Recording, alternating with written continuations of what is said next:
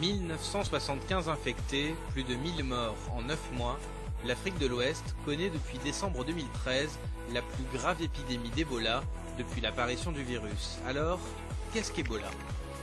Ebola est une fièvre hémorragique de type viral, souvent mortelle, provoquée par un virus de la famille des filovirus. Elle touche les hommes et d'autres mammifères comme les singes, les antilopes ou les porcs. Comment la maladie se transmet-elle ? Ebola est une zoonose, c'est-à-dire une infection animale transmissible à l'homme. L'espèce à l'origine de la contamination humaine n'a pas été complètement identifiée. Si des singes ont pu contaminer l'homme, des chauves-souris frugivores seraient les réservoirs naturels du virus. Ebola passerait ainsi à l'homme directement à partir des chauves-souris ou indirectement par l'intermédiaire d'un autre animal. Dans les deux cas, le mode de transmission à l'homme se fait par contact direct avec des organes ou des liquides biologiques d'animaux infectés. C'est le cas lorsque l'homme manipule des animaux retrouvés malades ou morts en forêt ou lorsqu'il consomme de la viande de brousse. Après l'infection, le virus se développe durant 2 à 21 jours, en moyenne 8, avant que les premiers symptômes ne se manifestent.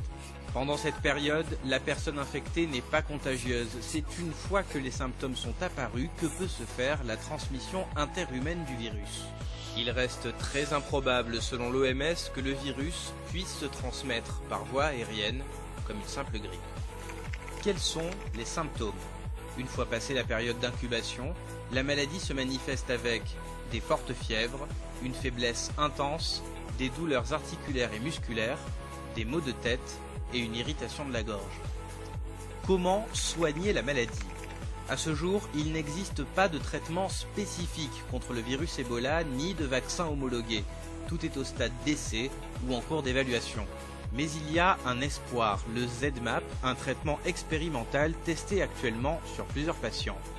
L'OMS a proclamé une urgence de santé publique mondiale, débloqué une enveloppe de 100 millions de dollars et autorisé les traitements expérimentaux.